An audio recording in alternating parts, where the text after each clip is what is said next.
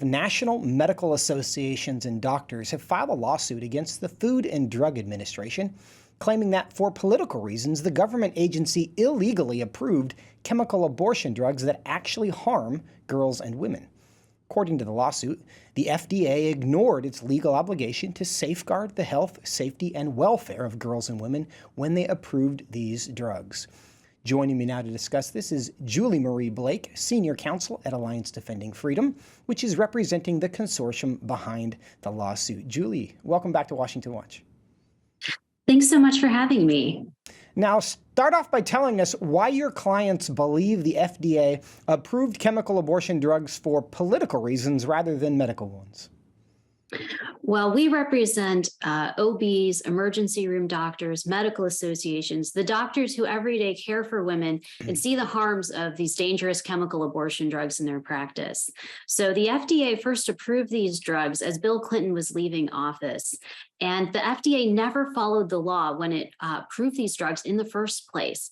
For example, federal statutes passed by Congress say before you can approve a new drug and allow it to be given to teenagers, to girls who are still going through puberty, you have to at least have a study of it on a pediatric population to make sure it doesn't affect them going through puberty differently from anyone else. And the FDA never did that before approving chemical abortion drugs, which are usually used in the first trimester, up to 10 weeks pregnancy on teenage girls. They also said that pregnancy is an illness because you can't approve FDA drugs for something that isn't an illness, but pregnancy is an illness. It's a normal, natural part of life. And of course, any abortion drug always takes an innocent human life. Now, those are some interesting points, and I'll unpack a couple of these with you. This goes back to the Clinton administration, you say. Why has it taken this long for this lawsuit to be brought if the obligation to do these studies was triggered in the 90s and that still hasn't happened? You know, that is because the FDA has a very problematic requirement that says, if we make a bad decision, you can't just go to court and say, hey, what you're doing is against the law. You have to go to the agency and ask the agency to change your mind. And so our clients, the medical associations, these doctors went to the FDA back then and said, hey, you don't have the science here. You put politics in front of science and hurt women and girls. And what the FDA did was stonewall us. They sat on our petition for 14 years. And then the same day they finally got around to denying the petition, they then changed the rules and removed the safeguards on these drugs that would have prevented them from harming women and girls even more, and said, now you can have it with even fewer protections. So we went back, we filed a new citizen petition.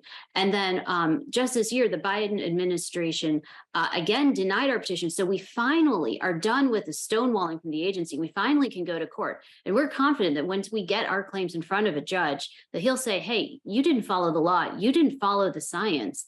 And it's time to withdraw these drugs from the marketplace.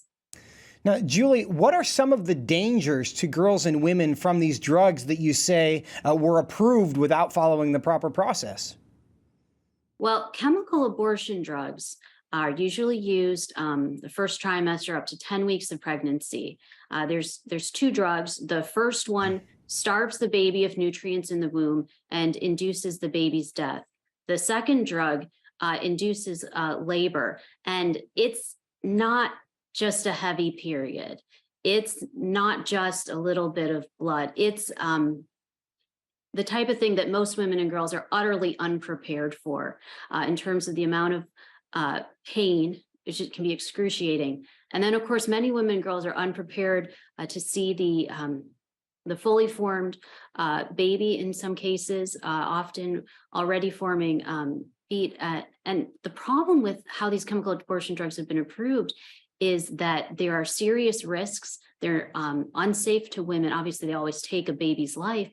But even compared to surgical abortion, the complication rate is much higher. In fact, as many as 1 in 5 women seek medical attention after taking chemical abortion drugs. And that can be for hemorrhaging, which is uncontrolled bleeding. It can be for life-threatening infections like sepsis if they don't pass all of the baby's remains. And of course, because the FDA has no safeguards on it, this is mail order abortion. It's completely unsupervised.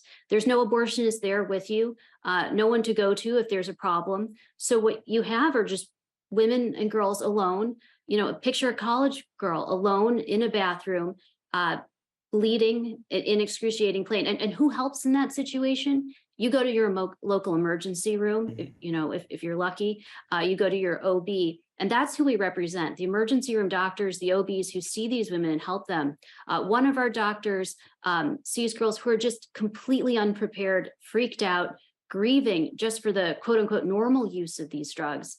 Another one of our doctors sees women who, if they don't seek medical attention, waited another few days, really could have lost their lives because of the risk of infection from these dangerous drugs. They were never safe for anyone, and they should never have been approved in the first place.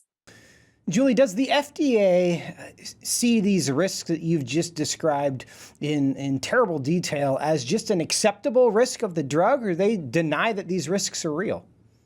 Well, the FDA, I think, hasn't wanted ever to look at the science, and certainly didn't want to learn about it since the initial approval. One of the problems in the Obama administration when it changed the safeguards is it told people, hey, adverse events, problems with these drugs, I don't want to hear it unless somebody died. And our doctors are trying to make sure that no one dies from taking these drugs, no women and girls.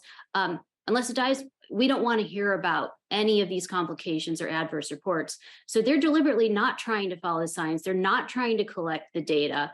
And so even though the best studies out there that our doctors have been putting together shows that 1 in 5 women will seek medical attention after taking these drugs. And these are the most common form of abortion in America. More than half of abortions in America are used through these chemical abortion drugs.